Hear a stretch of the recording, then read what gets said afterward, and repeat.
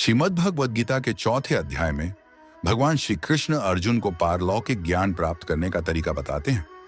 श्री कृष्ण अर्जुन को बताते हैं कि यह वही शाश्वत ज्ञान है जिसका उपदेश उन्होंने आरंभ में सर्वप्रथम सूर्यदेव को दिया था और फिर परंपरागत पद्धति से यह ज्ञान निरंतर राजर्षियों तक पहुंचा।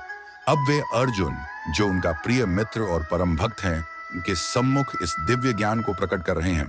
तब अर्जुन प्रश्न करते हैं कि वे श्री कृष्ण जो वर्तमान में उसके सम्मुख खड़े हैं, वे इस ज्ञान का उपदेश युगों पूर्व सूर्यदेव को कैसे दे सके। इसके प्रत्युत्तर में श्री कृष्ण अपने अवतारों का रहस्य प्रकट करते हैं। वे बताते हैं कि भगवान अजन्मा और सनातन हैं, फिर भी वे अपनी योग माया शक्ति द्वारा धर्म की स्थापना के लिए पृथ्वी पर प्रकट होते हैं, लेकिन उनके जन्म और कर्म दिव्य होते हैं और वे भौतिक विकारों से दूषित नहीं हो सकते। जो इस रहस्य को जानते हैं, वे अगाध श्रद्धा के साथ उनकी भक्ति में तल्लीन रहते हैं और उन्हें प्राप्त कर फिर इस संसार में पुनः जन्म नहीं लेते।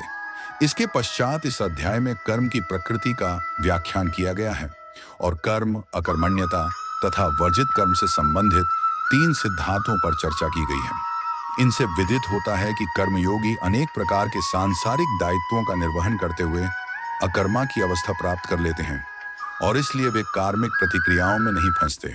इसी ज्ञान के साथ प्राचीन काल में ऋषि मुनि सफलता और असफलता, सुख दुख से प्रभावित हुए बिना केवल भगवान के सुख के लिए यज्ञ के रूप में कर्म करते थे।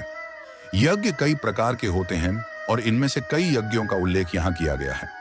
जब यज्ञ पूर्ण समर्पण की भावना से संपन्न किए जाते हैं, तब इनके अवशेष अमृत के समान बन जाते हैं। ऐसे अमृत का पान करने से साधक के भीतर की अशुद्धता समाप्त हो जाती है। इसीलिए यज्ञों का अनुष्ठान पूर्ण निष्ठा और ज्ञान के साथ करना चाहिए। ज्ञान रूपी नौका की सहायता से महापापी भी संसार रूपी कष्टों के सागर को सरलता से पार कर लेता है। ऐसा दिव्य ज्ञान वास्तविक आध्यात्मिक गुरु से प्राप्त करना चाहिए, जो परम सत्य को जान चुका हो। श्री कृष्ण गुरु के रूप में अर्जुन से कहते हैं कि ज्ञान की खड्ग से अपने हृदय में उत्पन्न हुए संदेशों को काट दो, उठो और युद्ध लड़ने के अपने कर्तव्य का पालन करो।